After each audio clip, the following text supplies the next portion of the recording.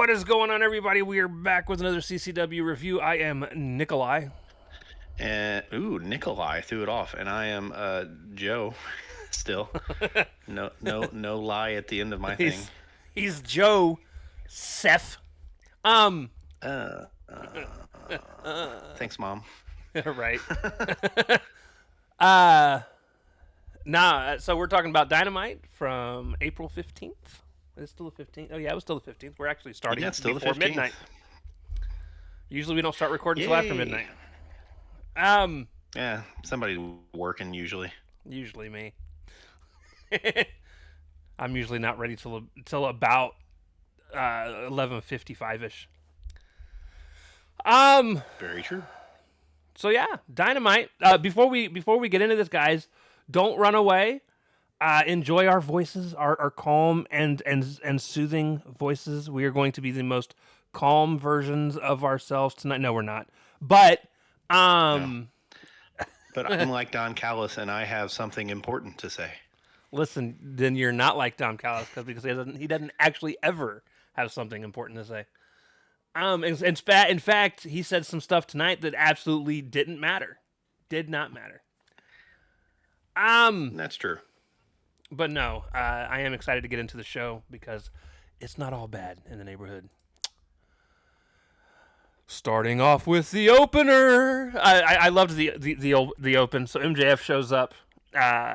He apparently has not paid attention to anything going on. He wrestles he does what all the old school people bitch about. Like nobody watches the rest of the show. He means me. You totally mean me. That's a shot against me. I can feel it.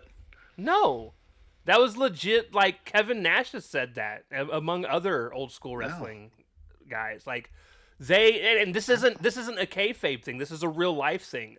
Nowadays, most wrestlers don't actually sit in the back and watch the show that they're a part of. Boy, the baby faces could really benefit from that. Even if they did watch it, it wouldn't fucking matter. Listen, kayfabe or not kayfabe, baby faces are always going to do really dumb things. That is a trope that has stood the test of time for close to 300 years in professional wrestling, and it's not going to change. I didn't know wrestling's been around that long. I don't know if professional wrestling's been around that long. It's been around at least 100 years, though. Yeah, that sounds about right. Plus, they haven't always had TVs to watch in the back, so I'm just making shit up there. Just making shit up there. But for at least about 75 years. That number keeps coming down, folks. Listen, it reminds me of a Tekla moment that happens later that had me rolling. But we'll get to that. Oh, fucking Tekla. Ugh. Oh, I loved her segment. I didn't like the other halves of it. But, Oh, man, that segment was rough. We'll get there. So, he gets there, and Don, he's talking to Renee, and Renee's trying to tell him about what's going on tonight. He's just going on. He's like, yeah, I won at the pay-per-view. Nobody's as good as me. He's running through his stuff, and all of a sudden, Don Callis shows up, and Don Callis is like, hey, man, I'm sorry about the Andrade thing. And MJF's like, what do you mean the Andrade thing? Like, what's happening? He did win, right? And Don Callis was like, no, he didn't win. Didn't you watch the show? And MJF was like, no, I didn't watch the show. I was getting ready for my fucking match. He didn't say fucking. I said fucking, though. I'm paraphrasing. He's like, I was getting ready for my match. And Don Callis was like, oh, well, don't worry. We'll get everything taken care of. And MJF's like, well, now you owe me big time. He's like, but we'll get back to that later. And then all of a sudden, he just goes to walk off, and Renee goes, Maxwell! Like she was his mother. She totally mommed him in her mom jeans. And he stops, and he looks at her, and she's like, you have a match with Darby Allin for the World Championship tonight. In fact, it starts right now. And he's like, are you serious? And then they cut to the arena, and Darby's music plays, and he starts to walk out. He gets out to the ring. MJF's music plays. He comes out with a mic. He's like, cut my damn music right now. He's like, look, I'm not wrestling a match I just found out about. He said, if I don't want something to happen, it's not going to happen. he says he goes on this whole spiel is like he's going to sue this person and sue that person and sue everybody. I'm going to sue everybody's ugly mug. And he's like, my back hurts. I can't wrestle while I'm injured. Uh, Max says that he's doing Darby a favor by not wrestling him tonight. Says he's talented and people love him, but he reminds the crowd. But the reason why the crowd loves him is because it reminds them of themselves. They're good, but not great. And he's like, you're just not championship material, bud. Yeah, I know he says it a lot. It's okay, bud. Darby then gets really weird. Because, crying and emotional and weird. He starts crying, and I'm just like, what are we doing? Yeah. I've watched this man not cry after jumping off of a turnbuckle through glass. Yeah. Thrown down flights of stairs. But now because he's going to get a world title shot, I'm supposed to believe that his crying is, real? I don't... It was weird. It was weird. There was a lot of crying in this episode of Dynamite. I don't know. There was only one actual moment of crying. Literal crying. No.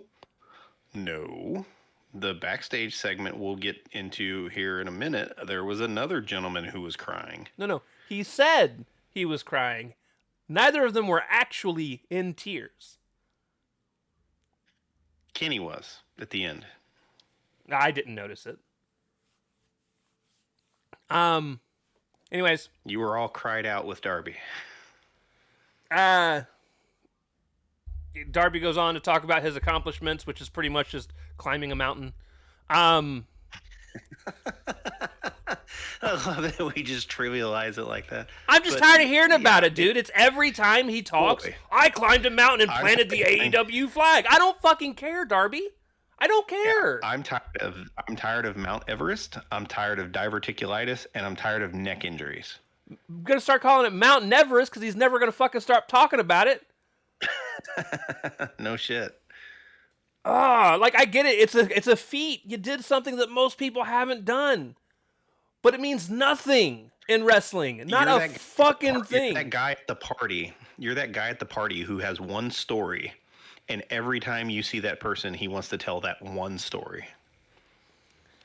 Well, now he's got two. He's got two now. We'll get there. I was a world champ, and I planted a flag on top of Everest. I'm never going to hear the end of that shit. So anyways, he then yells to ring the bell. He slams the mic down. Bryan Danielson starts to talk. He's like, hold on. I just got a message from Tony Khan. Listen, you know what this reminded me of? The anonymous general manager. Yes. Yep. I've got a message from the anonymous GM. Sorry. Yep. He says, I got a message from Tony Khan. Tony agrees with MJF for him to have to wrestle unprepared, as far as him having to wrestle unprepared. So tonight's main event is going to be MJF versus Darby Allin. And he says if MJF refuses, he'll be stripped of the title. Darby then tells him that he's going to beat him later tonight with a headlock takeover, and then he walks off and then proceeds to aggressively hug the guardrails. For some reason. He was throwing himself into them like he was taking a bump. Aggressively hugging. He was showing them some love. Okay. He was. Some physical contact. Some physical attention. And, that was an intro. I liked up until the in-ring segment. Once they got in the ring, I was like, what are we doing? Yeah, that's the story of this show. Backstage after Dynasty, I guess. Shivani asks Kenny how he's feeling, and Kenny's like, I have nothing, and then goes in the locker room. He sits with Ospreay. They look like a couple of Crips. Crips being crippled. Yeah. They're in the trainer's room. Kenny and Ospreay are bummed. Ospreay's like, look, man, I was there in 2017 when you lost the title to Okada, and you bounced back after that. Kenny's like, man, I feel like I'm out of time. And he's like, but man, you can do it. I think, I believe you can do it. And at this point, they started blowing each other, and it became a completely different show. No. uh, Um, he was blowing him with words, and then he legit kissed him on the top of the head. Ospreay says his dream and ambition is to be world champion. He hopes that Kenny hasn't given up on that dream. Kenny's like, man, take care of yourself. They hug, and Ospreay kisses him on the forehead, and then goes to walk out. And Ospreay stops, and he's like, hey, man, you're my hero. And then he walks off. And then Kenny's And sitting then there. Kenny starts getting blubbery. Kenny's sitting there. He's staring off into space, probably thinking about anything other than wanting to be on TV. And Yeah, he even says, "No more camera guys. No more cameras, guy." and he's like, I'm your hero, huh? Maybe I can't give up. And I'm just like, what in the shonen am I fucking watching? Yeah, there was everything but a power up. If he would have just started going, Listen. This segment sucked. And I'm an Osprey mega fan. This segment fucking sucked. yeah, it was weird. It was weird. Mostly because it does remind me of some shonen anime, and I hate shonen anime with a passion. You've watched so many shonen animes, though. I know, well, but they're all the same at this point, dude. It's like, I gotta train to become the very best. Just fucking do it. Just fucking do it. You don't say you're gonna do it, just fucking do it. Anyways, it's a whole nother complaint. It's a whole nother genre of entertainment. Back to wrestling. And then we get to our first actual match, which is Ciampa versus Desmond Xavier. I put real match number 1. Desmond was being thrown into some steel. It was a fun spot.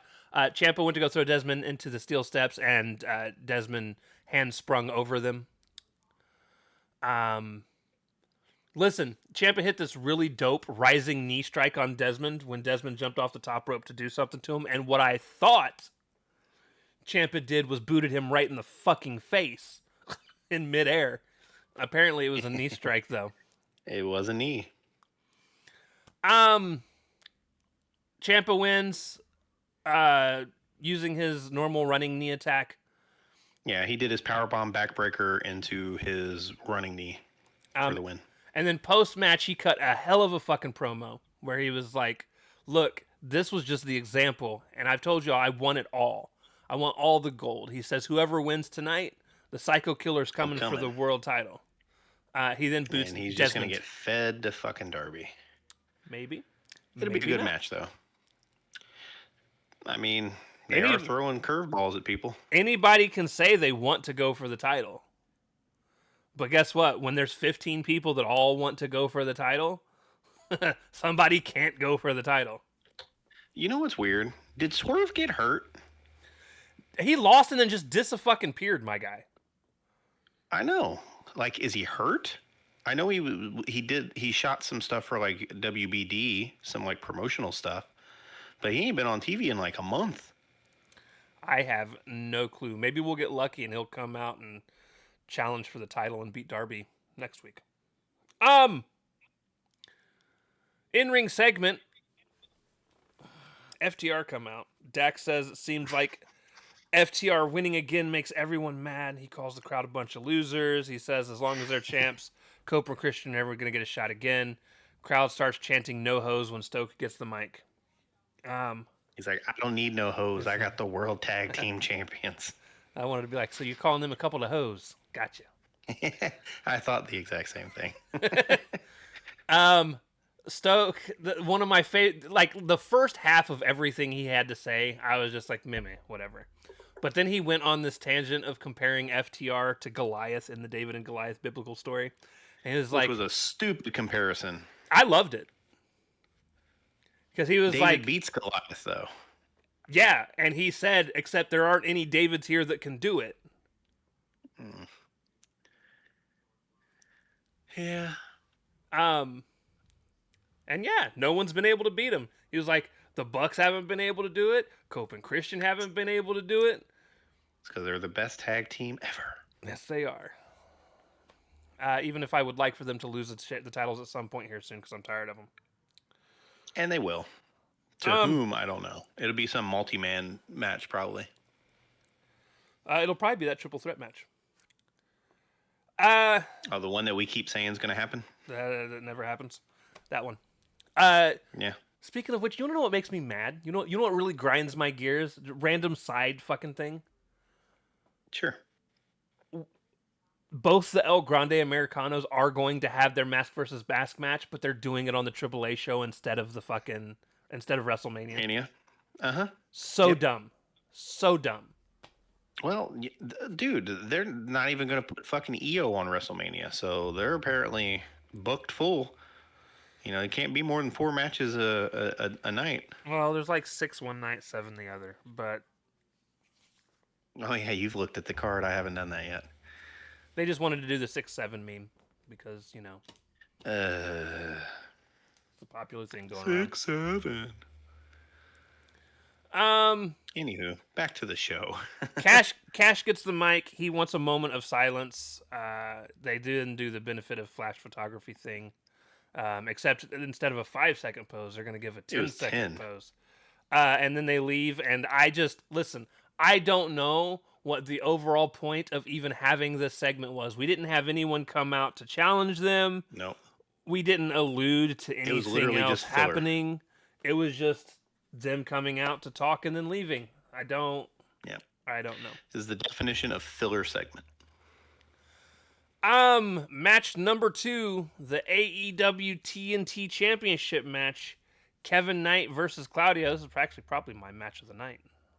I agree. Well, it's the only other match that really was worth the damn. This was not a good night for actual wrestling, folks. Nope. Claudio, listen, there was this moment, and it's funny because Joe was a little bit farther behind me, but I knew he finally caught up to what I was talking about by what he said in the chat. I had said, well, that was sloppy. And a few minutes later, Joe goes, what the hell was that? What was he trying to do? So there's a spot where he tries to toss Kevin Knight off of the top turnbuckle and time it to where he can do a diving European uppercut, but he completely mistimes it. And look, as much as people want to probably try and blame Kevin Knight for this, Kevin Knight's in midair. He doesn't have control of this. His arms are flailing. He's just trying to land safely. And I don't listen. Claudio, this is probably something he could have done 10 years ago, whatever it was he was trying to do, and he could still do some freakishly strong fucking things. I never want to see him attempt whatever this was ever again. Yeah, it was awkward. It wasn't like terrible, but it was very, very awkward. But then shortly thereafter, Kevin went to go do a dive to him, and he caught him, and he reversed it into a backbreaker that was pretty dope. Yep. Claudio doing Claudio things. Yep. Kevin hits the UFO splash for the win. Post-match, Kevin grabs a mic. He said for, his buddy Mike in the back to not beat himself up over everything. He says tonight, we got a world title match, and he'll be paying close attention because Jet 2 belt sounds too fly. It sounds like so bad is what it sounds like. So bad. You dislike this man so much. It's fucking hilarious. And he's one of my probably... I do not like him on a microphone. He's a fine wrestler. I don't like him on the mic. He's probably like a top 7 for me on mic in AEW. I like him quite a bit. Ugh. I like his over cockiness. We'll see what they do with him. In-ring segment. Chris Jericho comes out. Listen, this ended up being one of the funniest moments of the night. Yeah, it was. So Renee asks how Chris is feeling, and he's like, look, I'm happy to be back in AEW. I'm back in the ring. He said it's one of his favorite performances in a long time. And in parentheses, I said, it's fair. It's to be fair. It's also your first match in a long time. Yeah, and it wasn't Botch City, so yeah, it was probably one of your better performances in a long time. He said he feels like he feels like he lost because it was 3-1. He's like, but to give credit where credit's due, Ricochet did, and as he was about to say, he did win. Ricochet's music hit, and I'm like, oh, here we go. Yeah, I was like, no, just move on. Why are we retreading this already? And he comes out and he's like, you came to the ring, you got yourself hurt, which I don't think he's hurt, so I don't understand why he said that. Um, Me neither. he said that, to make things even more embarrassing, he had to take Jericho out with what he's now calling the Rico Salt, because that's not horrible. Yep. He said he'll give Jericho credit. Jericho didn't come out and completely embarrass himself. He said that Jericho needs to quit while he's ahead, and that Jericho has rehashed every version of himself. And now he gets to be the guy that just gets his ass beat by the Demand every single week. Jericho then rebutted, and in the process of everything he had to say, he kept throwing the word bald and misshaped head around. In middle of just mid sentence, he'd be talking bald, and then Like, well, Ricochet, bald. and then He called Goa dumb and ugly. Yeah. And then he basically issued a new one-on-one match. He says, "How about you come down and face me just one-on-one without them?" And Ricochet turns around and is like, "No matter what happens, don't come down to the ring. We know better." He goes down to the ring, gets his ass handed to him. Ricochet, signals for GOA to come down. And at that point, Jericho gets his ass whooped. And listen, I did put in my notes, as much as I absolutely hate Goa's finishing move, when they were holding him up in the air and Ricochet posed looking the other way towards the camera, that actual view looked really fucking cool. Holy shit, who are you and what have you done with Nick? And then they dropped him. He took a pretty gnarly bump.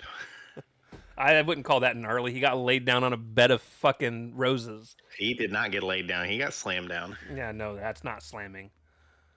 They've never slammed a soul in their life with that fucking move. But yeah, so he got dropped. Not a bad segment, except Ricochet on a microphone has go away heat for me. Right.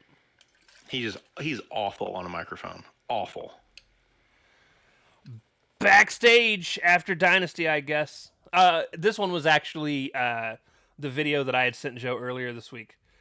Okada and Takeshita. So Okada's backstage with Don Callis, and he's trying to talk to him, and Talk walks by them, and Callis is like, "Come here, Talk. What the hell? We gotta talk. What's going on? Why'd you leave him out there on his own and stuff?" And he looks at Okada and goes, "I'm so sorry." And he goes, "It was an accident. I'm so sorry." And then he walked off, and I thought it was funny. It was way over exaggerated and fucking goofy. It was funny and fantastic. Talk was great. And then it was an accident. And then we get match number 3, Will Ospreay versus Hechicero. And I want you to understand something. I never, in the history of everything I have ever watched in wrestling, had thought that Will Ospreay was capable of having an actual, or be involved in a bad match. Yep. Until tonight. Listen, I cannot stand Hechicero. There was a small period of time where I thought Hechicero was really good when I first watched him wrestle, and then they started putting him in singles matches, and then I realized, oh, he just wants to hold people in fucking submissions. And they're not even, aren't even creative. They're like arm bars and fucking headlock takeover fucking just holds and shit. And rest holds. I cannot stand it. And this match... The messed up thing is he can do some cool stuff. For his size, he can fly around and do that stuff, but instead he wants to be on one knee in like a rear chin lock. Oh yeah, the match starts off, Don Callis comes out with something unimportant to say. I have something important to say. I'm going to butcher the Spanish language on national television. And introduce Hechicero. The one thing Hechicero did, which, again, I will always pop for no matter who does it, he did a surfboard stretch, and it makes me happy. Yeah. For some reason, which we apparently find out later, Marina Shafir is just watching from the crowd. That promo segment was actually really dope. Other It, than the fucking camera cuts that I it was. hate. So this is just a match full of boring submissions and BS. We get the stupid neck shit where he does Ospreay selling. he does his spike head things that Hechicero does, and then like they bring in doctors and stop the match momentarily, and then they go to commercial, which is so Which I hate. stupid. I hate if medical needs to be called in the middle of the match is off. Exactly. It's off. And on top of it, look, I'm already over the whole coming back from an injury and still selling that injury. You don't come back until you're healed. Like, Yep. when the doctors say you're good to go, you're good to go. I don't need it to sell this previous injury for a year and a half. Like, we're still getting Kenny Omega selling the diverticulitis shit. Yep. You know who I haven't seen sell diverticulitis? Brock Lesnar. Brock fucking Lesnar. I'm over To it. be fair, he hasn't been around either, though.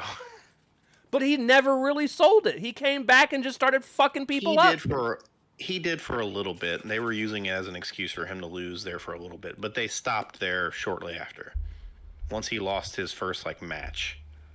I'm over all this stupid shit, dude. And then we're gonna be stuck watching Ospreay sell this shit for the next 7 months, if not longer. And it completely takes me out of Ospreay matches. Like, one of the things I love about Ospreay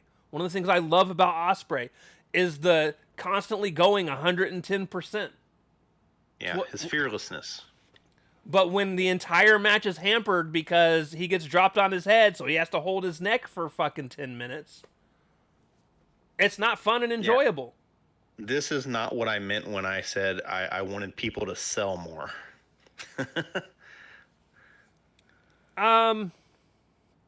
Anyways, Ospreay wins with a hidden blade. I spelled it blod. Hidden blod. I forgot the E. Hidden blade. Callis calls for a plan B. Mark Davis comes out, drops Ospreay on a stack of dimes, and then and now I'm excited for the Mark Davis versus Ospreay match, because that one will probably be pretty fucking good until Ospreay starts selling his neck again.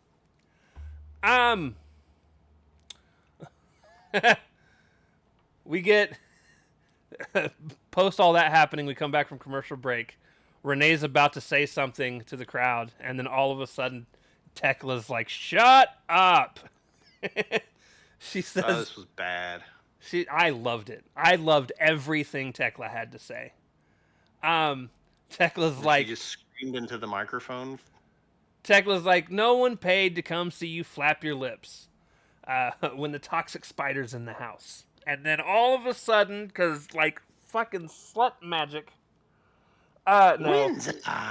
She says something. So Tekla says something about the women's locker room being a bunch of dumb bitches, and then all of a sudden, Windsor comes out, and she's like, "I think I can beat you, Tekla." And the Tekla's like, "Look, I say the word dumb bitches, and poof, you magically appear." That was a good spot, but. Windsor says Tekla got fired from Japan. Tekla goes, "I didn't get fired from Japan." No, okay, I did get fired from Japan. She's like, "But it's because they couldn't handle me." Windsor's like, "I want to face you at Collision." And then the Sisters of Sin try to jump her. They get wrecked because they're just a comedy act at this point. Yeah, they're just there to feed the babyface. And then Windsor goes into the crowd to follow Tekla, and I guess we're going to get that match tomorrow. And I'm just, listen, I love Tekla to death. I'm so tired of the birds. I don't care about the birds. Send the birds to Ring of Honor. Both of them. I don't want to see... Bird. Bird is the word. Bird. I would probably be okay with personally not watching either of them ever wrestle again. Hater and Windsor. Yeah, well, yeah, I don't think we'd be missing much. I don't. Here's the thing. I hate sounding like that. They don't do anything for me. Not a single thing. They're not entertaining on the mic. I don't enjoy watching either of them wrestle because it's just them trying to be powerhouses. One of them kisses their arms more than they actually wrestle. And You're never gonna let that go. no, No, I love you for it. Backstage, Mox says he likes to be surprised.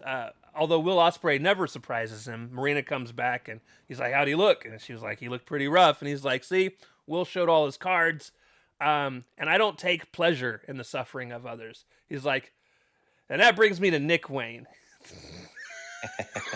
He says, I don't know, he's like, I don't know a lot about you. He's like, "I don't know about a lot about you." He's like, "But this is the biggest night of your life.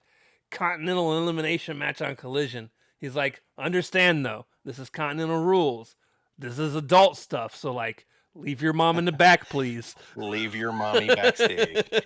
And I laughed hysterically because it was a good Mox promo.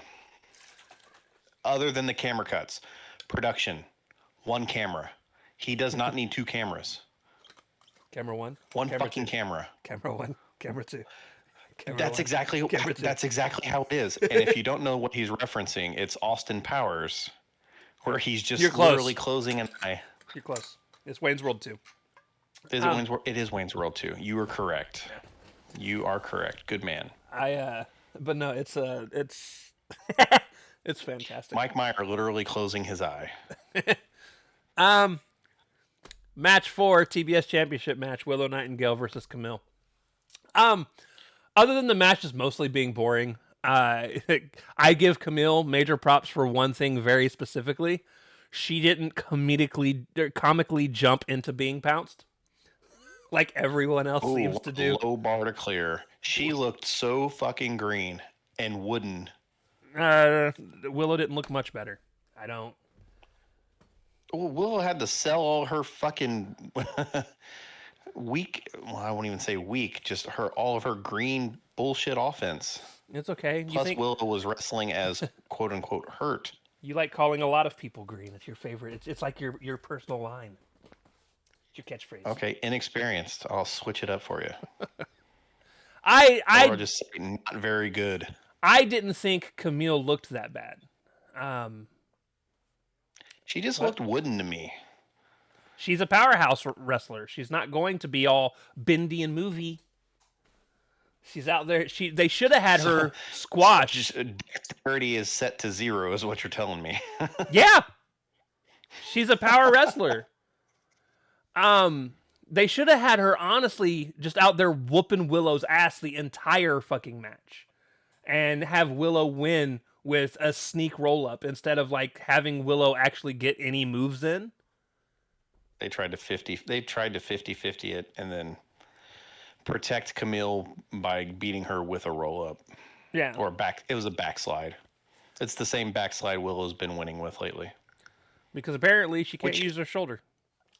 Well, she has the wrists, so it's I don't know. I like the way she does it.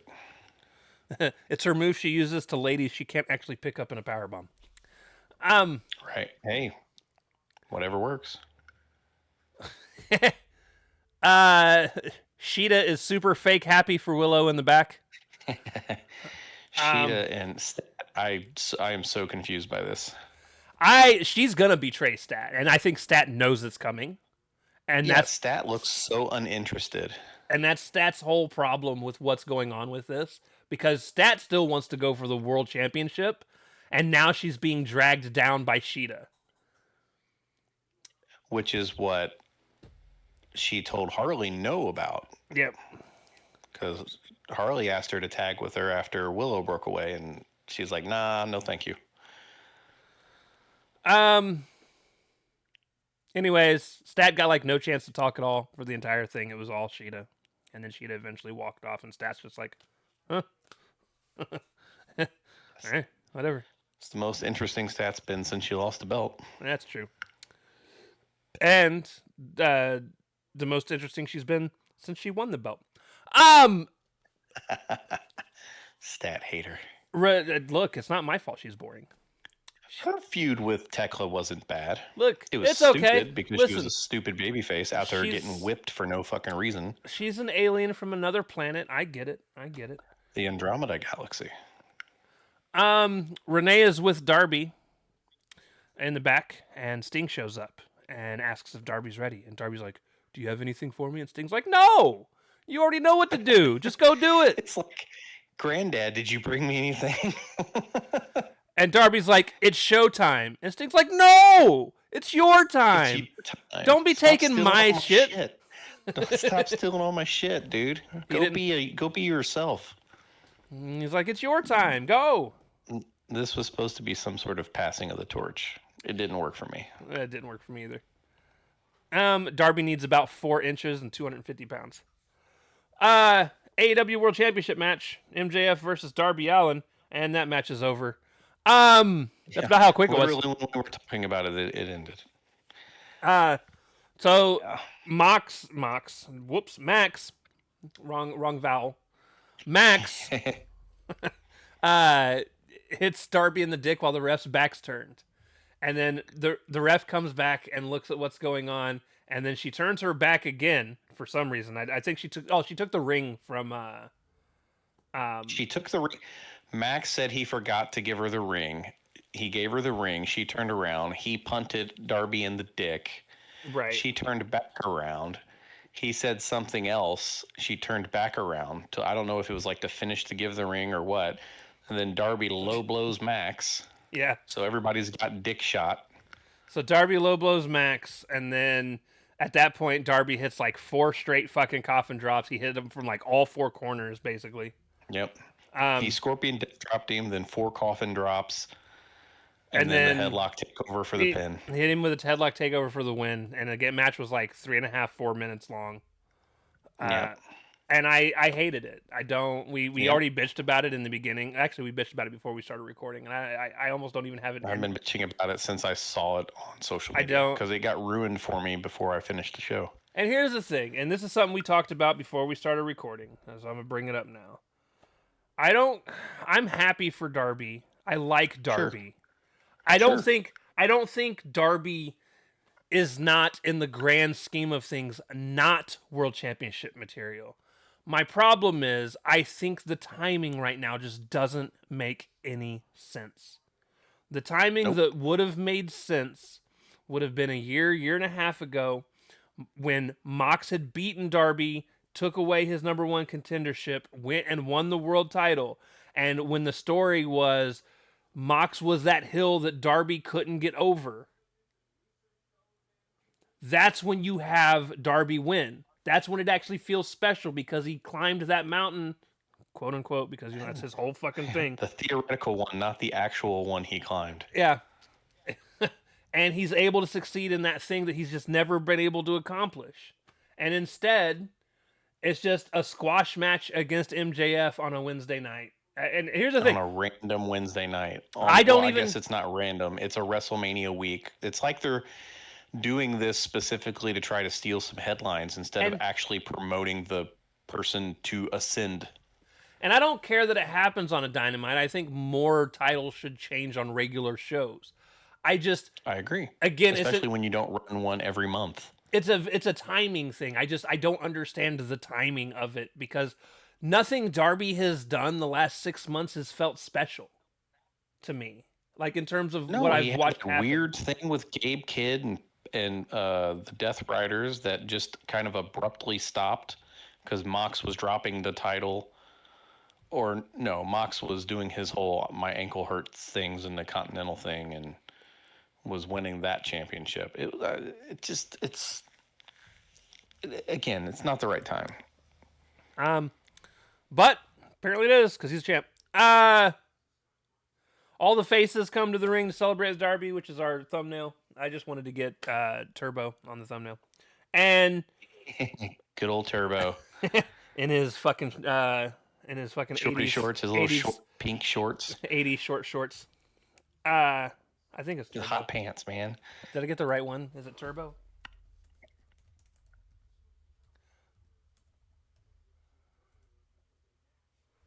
Yeah, I got the right guy. Confirming which. It's Turbo. Okay, good.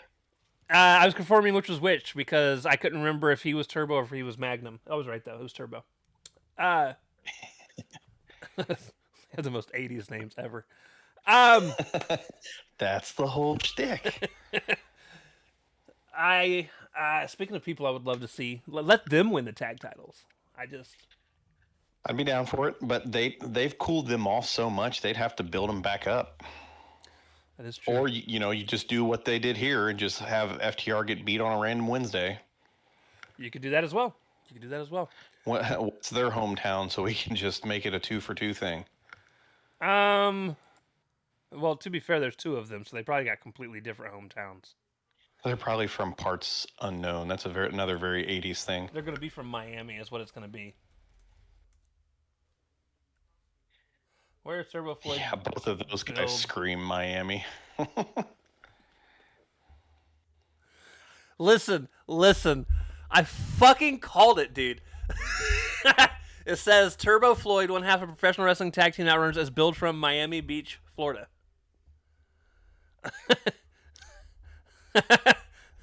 Yep.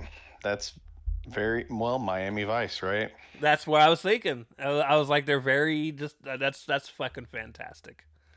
Anyways, aside from being extremely happy with myself for profiling,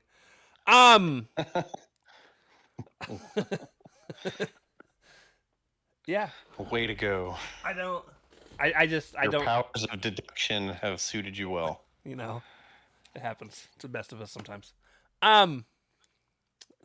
Just so I can miss something extremely stupid later that I should know.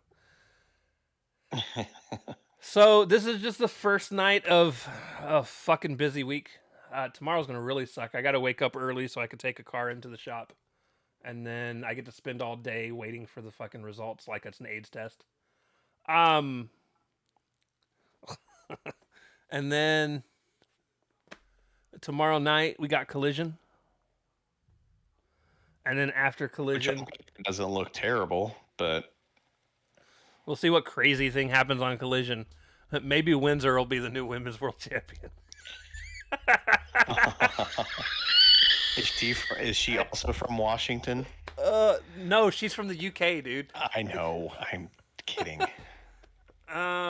Yes, that accent she's rocking is from Washington State. I hope she doesn't. Oh, dude, if that happens, I might actually listen. If Darby and Windsor are the fucking champions of the fucking AEW, I will stop watching. No, you won't. No, you won't. You'll be very mad, and we will be very critical. But the alternative is only WWE. Oh, we will go into being a gaming channel. You're probably not wrong. Anyways, tomorrow, okay, so Collision, and then Friday we'll be doing our picks for WrestleMania weekend. Yep. Something we should have done. It would have been fun. I could have set up the matches since I have everybody unlocked, and actually I think you have everybody. And just let it play through on Sim. And we could have simmed WrestleMania and watched it and like commentated. Yeah. A little late now. This is a busy week as it is. I know. I'm just saying it could have been. See, and honestly, you know what gave me the idea? I was watching Steve from Steven Larson last night, and he was the Frenzos, huh? He was simming night 1 of Mania on 2K26, and he didn't have AJ unlocked yet because he hadn't played through the mode. So he actually he didn't play through the showcase, eh? So he made Becky Lynch wrestle against AJ Styles. The other AJ. And they wrestled for the cardboard championship. So, but no, I was watching him do it. Except he wasn't commentating. He was just like talking about wrestling while it was going on. Right. And I was like, man, that'd have been fun to actually just commentate. Be terrible at it. Could pretend to be like TNA Booker T. Booker T this, Booker T that. Listen, I'll be Jerry the King Lawler. You can be I'm just gonna be like Booker T, and you're just gonna be like puppies. The